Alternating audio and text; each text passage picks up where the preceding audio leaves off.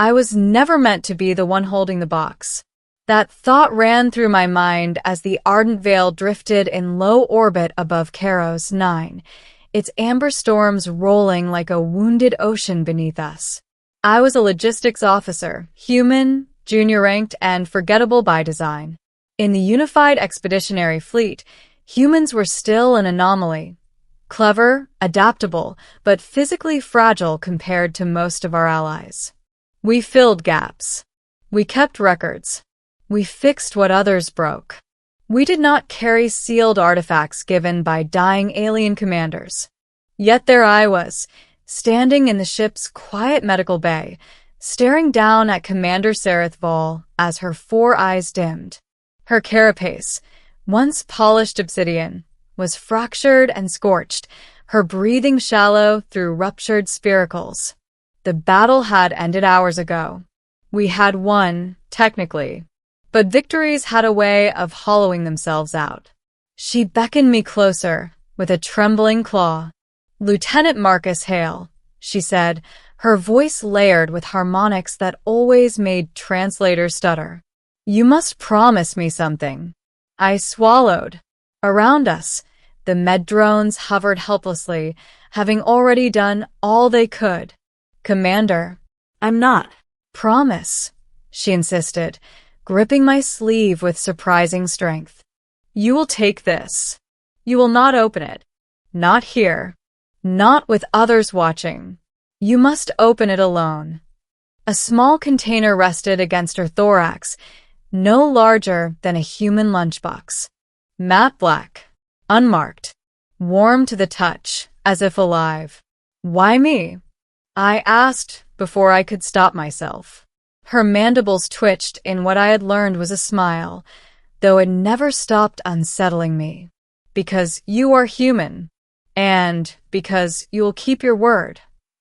I hesitated only a second, then nodded. "I promise."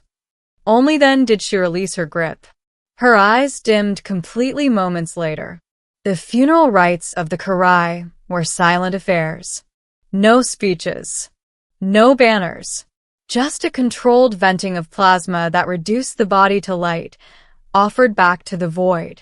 I stood among warriors twice my height, their armor still scarred from the surface engagement, and felt unbearably small. The box sat heavy in my hands. I expected questions. Interrogations. A formal transfer of belongings. None came.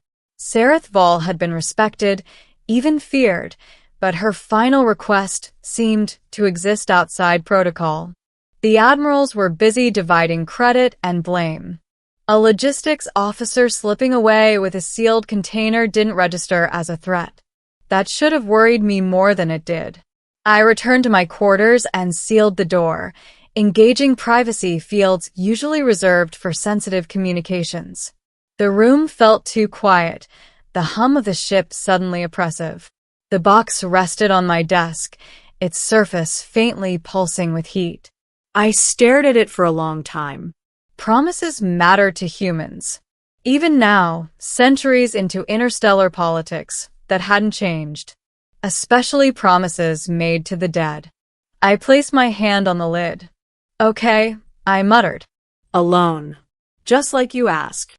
The lid unfolded soundlessly, petals of black alloy retracting into themselves.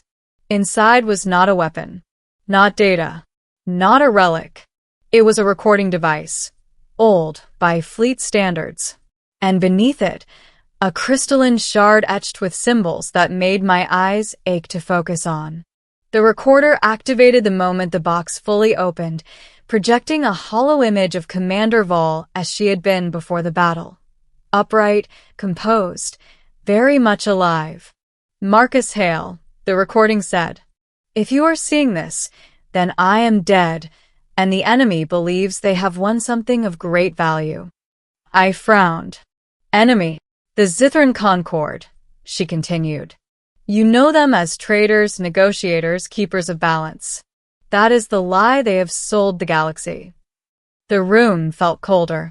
"They have been watching your species since before you discovered faster-than-light travel," she said. "Not with fear. with anticipation. The recording explained what no briefing ever had. The Concorde were not conquerors in the traditional sense. They were gardeners. They guided civilizations along specific paths, subtly shaping cultures, economies, even wars, to ensure no single species developed too quickly or too unpredictably. Stability, they called it. Balance. Humans broke their models. Too stubborn. Too creative under pressure. Too willing to sacrifice everything for ideas that made no rational sense. Freedom, dignity, defiance. Where other species plateaued, humans adapted. Where others negotiated, humans endured. So the Concorde prepared a solution, Ball said. A fail-safe design long before first contact. A device meant to adjust your species. My throat went dry. The shard in this box is a control key, she continued. When integrated into the Concorde's lattice, it will rewrite critical aspects of human neural development. Not extermination, not slavery, just limitation. You would still exist, but never again as you are now. I looked at the crystalline shard, suddenly repulsed. They attempted to deploy it on Karos 9, she said. That is why this battle mattered, and why they targeted me. The image leaned closer, eyes intense. I stole the shard, but I cannot destroy it. Concorde technology is persistent. It can only be unmade by the species it was designed to constrain. Silence filled the room. You must take it to Earth, she said softly. Not to your governments. Not to your admirals.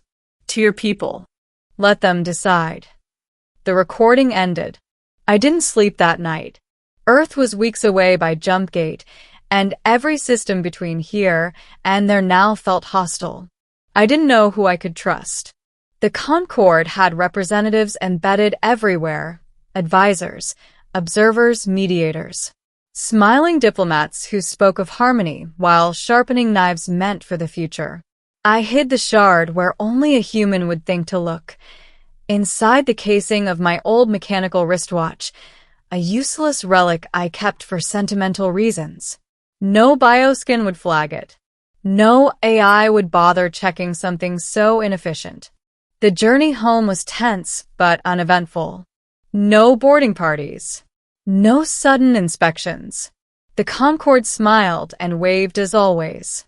That terrified me more than open aggression ever could. When I finally reached Earth, I didn't go through official channels. I disappeared. For 3 days, I moved through old cities and forgotten networks, reaching out to people who specialized in things that made governments uncomfortable. Independent researchers, archivists, philosophers, engineers who built things because they could, not because they were paid to. I showed them the shard. I told them everything. And humanity listened. The debate was chaos. Some wanted to destroy the shard immediately. Consequences be damned. Others argued it could be studied, even repurposed. A few, far fewer than I expected, suggested compliance, claiming the Concorde's adjustment might prevent future wars. That idea died quickly. Humans argue fiercely, but when it comes to being told what we cannot become, something ancient wakes up. In the end, the decision was unanimous. We would not destroy the shard. We would do something far more human. We would answer it. Using a combination of human intuition, alien theory stolen from half a dozen species, and more than a little reckless improvisation, the shard was reconfigured, not as a limiter, but as a transmitter. A message encoded not in language, but in probability, adaptation curves, and raw experiential data. A declaration of what humanity was. What it had always been. When the Concorde activated their lattice, expecting control, they received humanity instead. Every anomaly, every refusal to break, every instance of a human standing alone against impossible odds and choosing to act anyway. The lattice collapsed. Across the galaxy, Concorde systems went dark. The aftermath was quiet. No wars followed. No reprisals. The Concorde withdrew, their carefully balanced networks unraveling without their central mechanism. Species once guided now faced the future on their own terms. Some struggled. Some thrived. Humanity was watched with something new: respect. Months later, I stood once more in space, this time aboard a civilian vessel bound for a joint exploratory mission. No ranks. No politics. Just curiosity. In my quarters, I kept the box. Empty now. Sometimes, I thought of Commander Sareth Vall, of her smile, and the faith she'd placed in a human she barely knew. She had understood something the Concorde never did.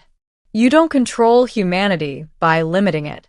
You survive it by trusting it.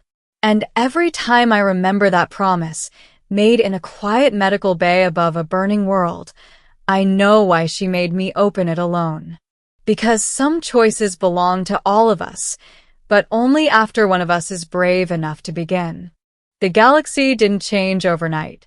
That was the first thing people got wrong when the Concorde vanished from positions of quiet authority. There was no single moment of triumph, no grand broadcast announcing humanity's ascension. Instead, there was confusion, then fear, then, slowly, something far more difficult: responsibility. Species that had relied on the Concorde's invisible guidance found themselves standing alone for the first time in centuries. Trade routes faltered. Old rivalries resurfaced. Some worlds begged humanity to step in, to replace the Concorde, to become the new hand on the scales. We refused, not because we couldn't, but because we remembered what it felt like to be shaped without consent. Human diplomats spoke plainly in councils that had once danced around half-truths. Human engineers shared technologies freely but never imposed them. Human explorers returned to the stars not as conquerors or shepherds, but as neighbors.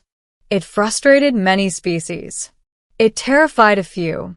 And it inspired more than anyone expected. I stayed out of the spotlight.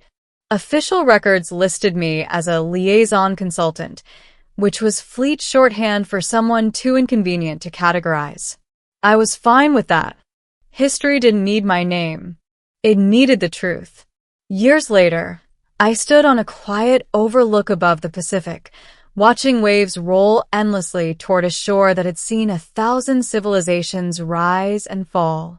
The box, now empty, inert, sat beside me on the railing. Sometimes I wondered what would have happened if I'd broken my promise, if I'd opened it with others watching, if fear or ambition had shaped the outcome instead of trust. The shard had been designed to limit humanity because the Concorde believed potential was dangerous. They were wrong. Potential isn't dangerous. Fear of it is. A message chimed on my wrist display, an incoming transmission from a joint expedition beyond mapped space. Multiple species.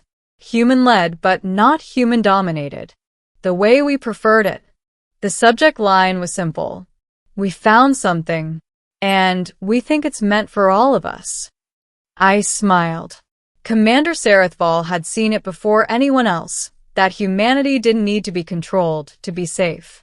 We needed to be trusted to choose who we would become. And we had. Not perfectly. Never perfectly. But honestly, I picked up the box one last time and let it slip into the ocean below. It vanished beneath the waves without a sound, its purpose fulfilled at last. Somewhere out there, civilizations were taking their first unguided steps into the future. Some would stumble. Some would fall.